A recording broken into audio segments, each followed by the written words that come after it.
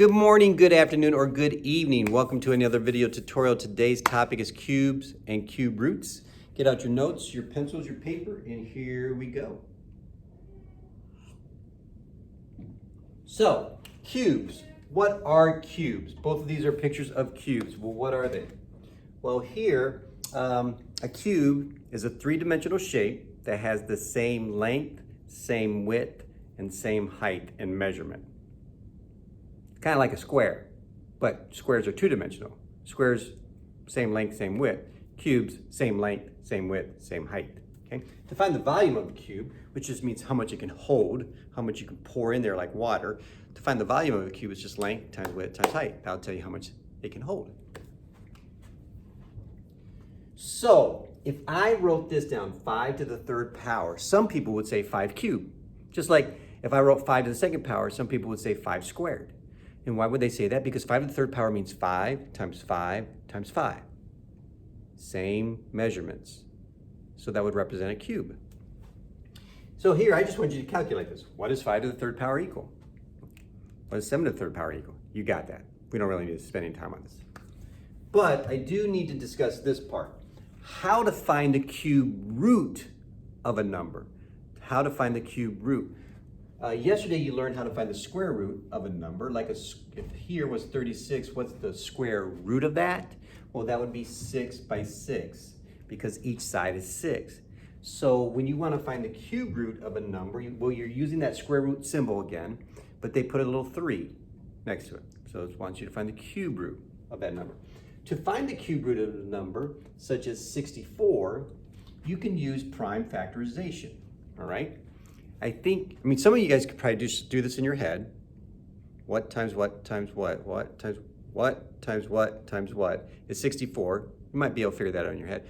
But if not, just use prime factorization. Let me show you what I'm talking about. And then group your prime numbers in threes that are all the same in threes. So here's what I'm talking about. So if we take 64 and we factor it, we would write 8 times 8. Okay? We could factor 8 as 4 times 2 and 4 times 2. And then factor this one, 2 times 2, and 2 times 2. So you want to write this in parentheses in groups of threes. So notice I have a pair of 2s, a pair of 2s, and a pair of 2s. Those are 3 groups of the same prime numbers. So I could say 2 times 2 to the third power. Well, that's 4 to the third power. And if I multiply 4 times 4 times 4, I get 64. So the square root of 64 is 4. It is 4. You would just write something like that, but it's 4. The square root of 64 is 4 because 4 times 4 times 4 is 64. Does that make sense? I hope so. Okay. This is like one of my first times ever covering this. It's been a while. So again, watch this one. So if I wanted to find the cube root of 512, again, the question would look like this, 3 and then 512. So you're just trying to figure out what times what times what is 512. Well, probably really hard with math facts. So just use prime factorization and keep factoring and factoring until you have all prime numbers and then group them together in threes. Group all the same factors in threes, in quantities of threes.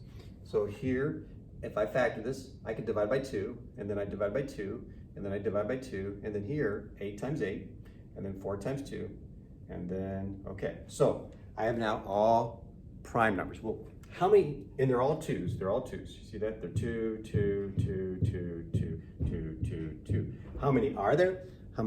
There's 9. There's 9, there's 9 2s, so put them in groups of 3.